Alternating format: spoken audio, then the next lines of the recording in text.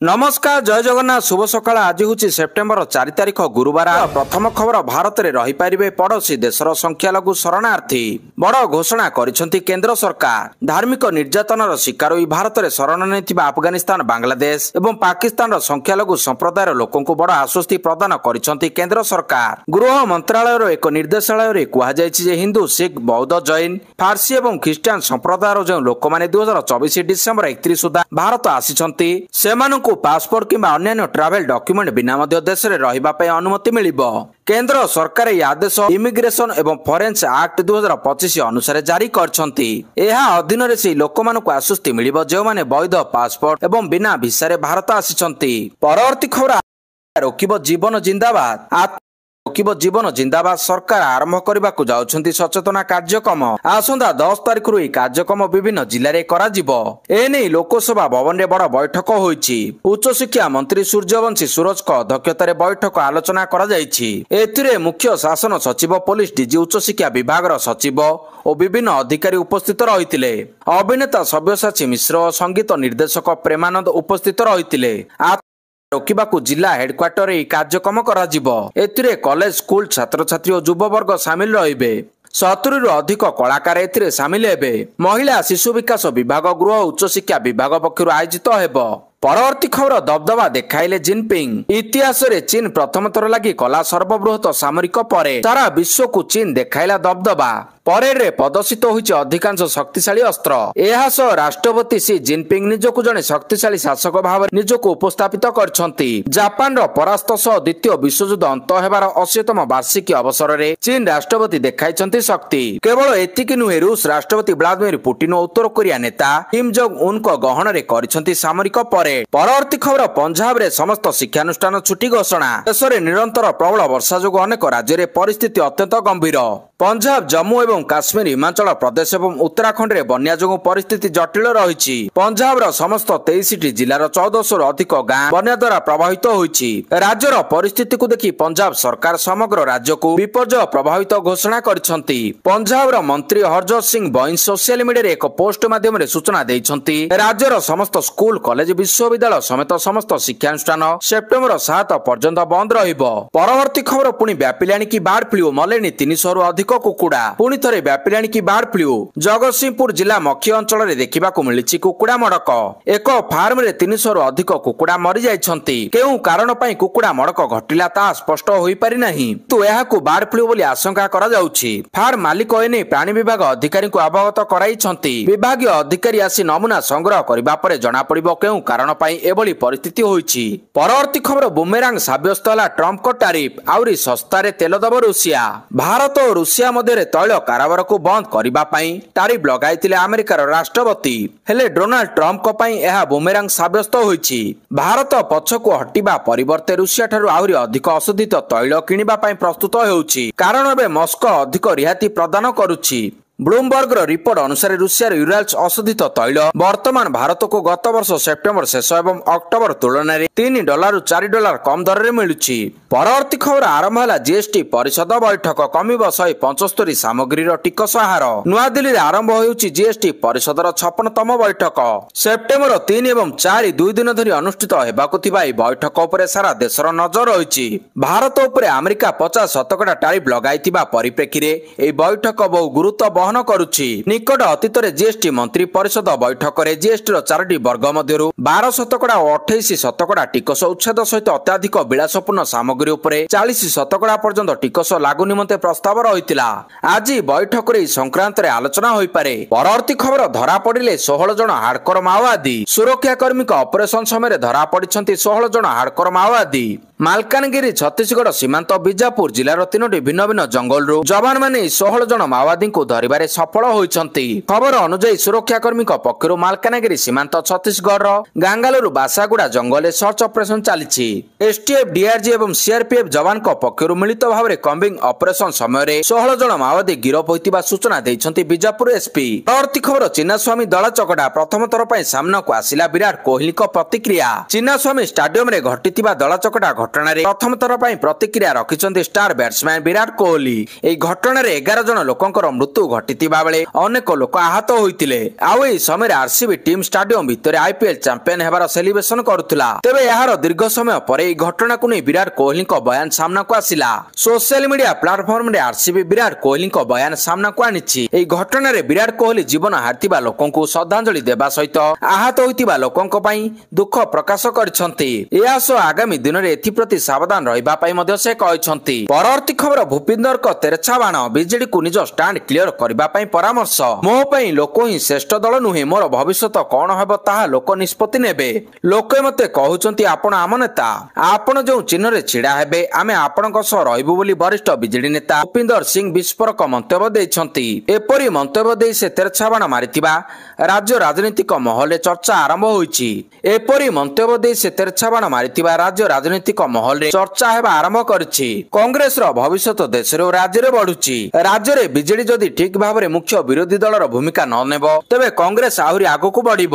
ରାଜ୍ୟରେ ଲୋକେ ଅନୁଭବ କରିଛନ୍ତି ଯେ ବିଜେଡି ଓ ବିଜେପି ମଧ୍ୟରେ କିଛି ପ୍ରଭେଦ ନାହିଁ, ତେଣୁ ଲୋକେ କଂଗ୍ରେସ କଥା ଚିନ୍ତା କଲେଣି। ବିରୋଧୀ ଦଳ ଭାବରେ ବିଜେଡି ଠିକ ଭାବରେ ପ୍ରସଙ୍ଗ ଉପସ୍ଥାପନ କରୁନଥିବାରୁ ତାର ଫାଇଦା କଂଗ୍ରେସ ନେଉଛି। ଲୋକେ ବିଜେଡି ଠାରୁ ଦୂରେଇ ନାହାନ୍ତି, କିନ୍ତୁ ଲୋକେ ବିରୋଧୀ ଦଳ ଠାରୁ ଯାହା ଆଶା କରୁଛନ୍ତି ତାହା ବିଜେଡି ଠାରୁ ପାଉନାହାନ୍ତି। ଆମ ଷ୍ଟାଣ୍ଡ କ୍ଲିୟର ହେବା ଦରକାର ବୋଲି ଭୂପେନ୍ଦ୍ର ସିଂ କହିଛନ୍ତି। ପରବର୍ତ୍ତୀ ଖବର ଆଜି 5 ଘଣ୍ଟା ବନ୍ଦ ରହିବ ଶ୍ରୀଜୀଉଙ୍କ ଦର୍ଶନ।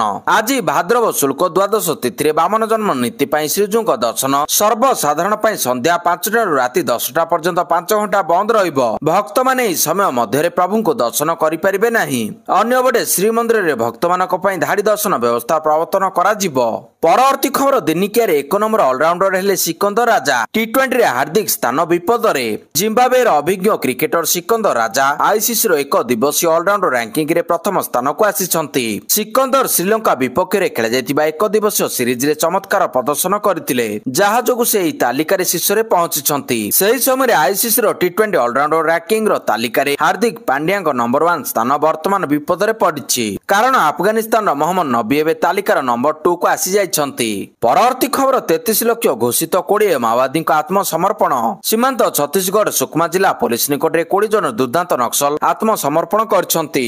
ଛତିଶଗଡ଼ ସରକାରଙ୍କ ତରଫରୁ ଆରମ୍ଭ ହୋଇଥିବା ଘରକୁ ଫେରିଆସ ଆତ୍ମନିର୍ଭରଶୀଳ ନୀତିରେ ପ୍ରଭାବିତ ହୋଇ ନକ୍ସଲ ସଂଗଠନ ଛାଡି ମୁଖ୍ୟ ସ୍ରୋତରେ ସାମିଲ ହେଲେଣି। ଏହି କ୍ରମରେ ସୁକମା ଜିଲ୍ଲା ପୋଲିସ କାର୍ଯ୍ୟାଳୟରେ ଆୟୋଜିତ ଏକ ସ୍ୱତନ୍ତ୍ର କାର୍ଯ୍ୟକ୍ରମରେ ଏସିପି କିରଣ ଚୌହାନ, ସିଆରପିଏଫ୍ କମାଣ୍ଡର ରାଜେଶ କୁମାର ପାଣ୍ଡେଙ୍କ ନିକଟରେ ଏହି 20 ଜଣ ନକ୍ସଲ ଆତ୍ମସମର୍ପଣ କରିଛନ୍ତି। ଏମାନଙ୍କ ମଧ୍ୟରୁ 9 ଜଣ ମହିଳା ନକ୍ସଲ ଅଟନ୍ତି। ଏମାନଙ୍କ ମୁଣ୍ଡରେ 33 ଲକ୍ଷ ଟଙ୍କାର ପୁରସ୍କାର ରହିଥିଲା। ପରବର୍ତ୍ତୀ ଖବର ଭାରତ ଟାରିଫରେ ଆମକୁ କରୁଛି, ପୁଣି ଧମକାଇଲେ ଟ୍ରମ୍ପ।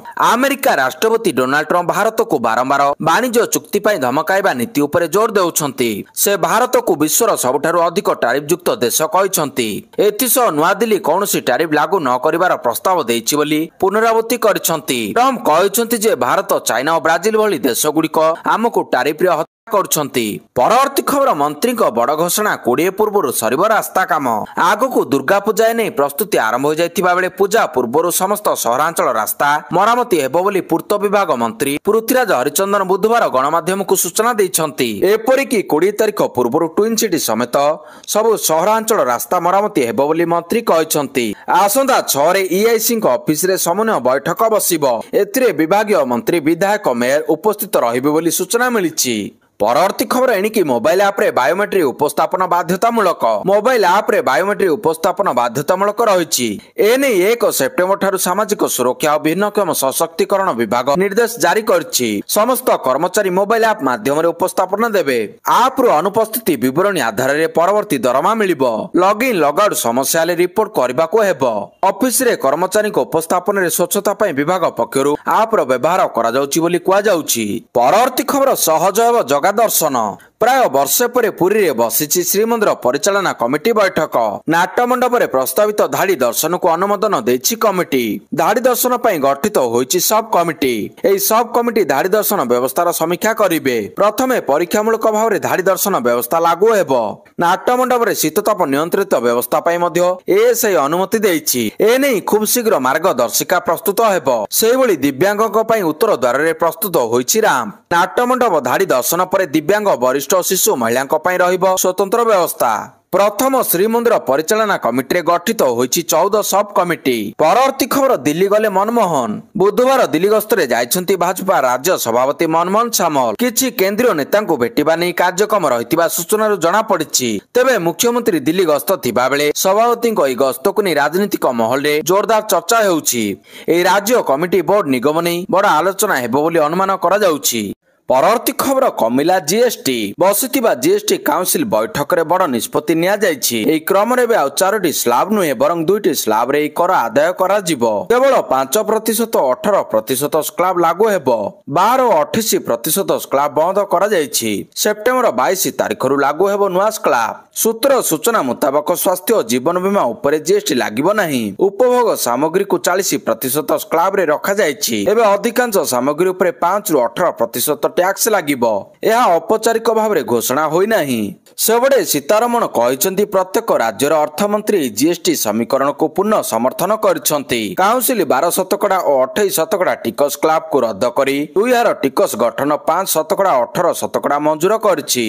यह 33टी जीवन रक्षाकारी औषध उपरे जीएसटी को शून्य करा जाइछि। परवर्ती खबर स्कूल सह मिसिब अंगनवाड़ी आनुष्ठानिक भाव में पिलांक शैशवर जत्न विद्यालय आरंभ निष्पत्ति। पिलांक शैशव जत्न शिक्षा को आनुष्ठानिक भाव में विद्यालय स्तर आरंभ करबा पई केंद्र सरकार निष्पत्ति नेइछन्ति। एई लक्ष्य रे विद्यालय गुड़िक सहित अंगनवाड़ी केंद्र गुड़िक जोड़िबा पई एक स्वतंत्र प्रक्रिया आरंभ होईछि। नुआ दिल्लीर विज्ञान भवन रे केंद्र शिक्षा मंत्री धर्मेंद्र प्रधान एवं केंद्र महिला और शिशु विकास मंत्री अन्नपूर्णा देवी करकमल रे गोटिए स्थान रे प्राथमिक विद्यालय सहित अंगनवाड़ी केंद्र गुड़िकर स्थापना पई गाइडलाइन शुभारंभ हो जाइछि। नुआ जातीय शिक्षा नीतिर परामर्श अनुसार अंगनवाड़ी और स्कूल को गोटिए कैंपस रे प्रतिष्ठा करबा सह समन्वित मॉडल माध्यम रे प्रारंभिक शैशव जत्न एवं शिक्षार महत्व उपरे गाइडलाइन रे जोर दिया जाइछि। परवर्ती खबर बीआरएस रो बड़ अस्थिरता निलंबित हेबा परे दल छाड़िले के कविता। बीआरएस रु निलंबन हेबा परे के कविता एमएलसी पदरु इस्तीफा देबा सहित दल मध्य छाड़िछन्ति। वर्तमान स्थिति पई कविता तांको संपर्क भाई टी हरीश राव और संतोष कुमार को दायी दैछन्ति। बीआरएस रु तांकर निलंबन पई संपर्क भाई तथा पूर्वतन जलसेचन मंत्री टी हरीश राव को दायी करथिबा कविता बहु विषय उगालिछन्ति। मुख्यमंत्री रेवंत रेड्डी और बीजेपी नेता एतला राजेंद्र को सह मिसी टी हरीश राव ही षडयंत्र करी तांको दलरु निलंबन करिछन्ति बोली कविता अभियोग आनिछन्ति। परवर्ती खबर टारिफ बढ़िबार विकल्प खोजा। वैदेशिक मंत्री एस जयशंकर नुआ दिल्ली रे जर्मनी वैदेशिक मंत्री जोहान वेडफुल को भेटी दुई देश मध्य संपर्क उष्म करिछि। एई साक्षात दुई देश मध्य द्विपाक्षिक सहयोग को गभीर करबा उपरे गुरुत्व दिया जाइछि। जयशंकर कहिसंति जे से जर्मनी मंत्री सहित संपर्क नूतन दिग उपरे आलोचना करबा को आशा करछन्ति। एस जयशंकर तांकर भाषण रे कहिथिले जे भारत एवं जर्मनी मध्य 100 वर्ष अधिक समय धरि वाणिज्य संपर्क रहिछि। 25 वर्षर रणनीतिक सहभागिता एवं 50 वर्षर वैज्ञानिक सहयोग विषय मध्य उल्लेख करथिले। परवर्ती खबर संबलपुर महानगर निगम निर्वाचन पई बाट फिटिला। संबलपुर महानगर निगम एसएमसी निर्वाचन पई एणिकी बाट खोलिछि। ओडिशा हाईकोर्ट 2015 रे प्रकाशित निर्वाचन विज्ञप्ति को रद्द करी सरकार को 6 सप्ताह मध्य नुआ विज्ञप्ति प्रकाश करबा पई निर्देश दैछन्ति। विज्ञप्ति संरक्षण आईन आधारित हेबा आवश्यक बोली हाईकोर्ट कहिसन्ति। वार्ड संरक्षण नै 2015 मसिया विज्ञप्ति जारी होइतिला जहा संरक्षण कोटा को अतिक्रम करथिबा नै अभियोग होइतिला। 50% अधिक वार्ड संरक्षित हेबा संरक्षण आईन उल्लंघन बोली अभियोग करी हाईकोर्ट दायर होइतिला मामला जहार प्रारंभिक शुणाणी करी 2015 मसिया प्रकाशित विज्ञप्ति उपरे रहितादेश जारी करथिले कोर्ट। तेबे मामलार चूड़ांत राय आसीछि एवं संबलपुर पौर निगम निर्वाचन पई बाट फिटिछि।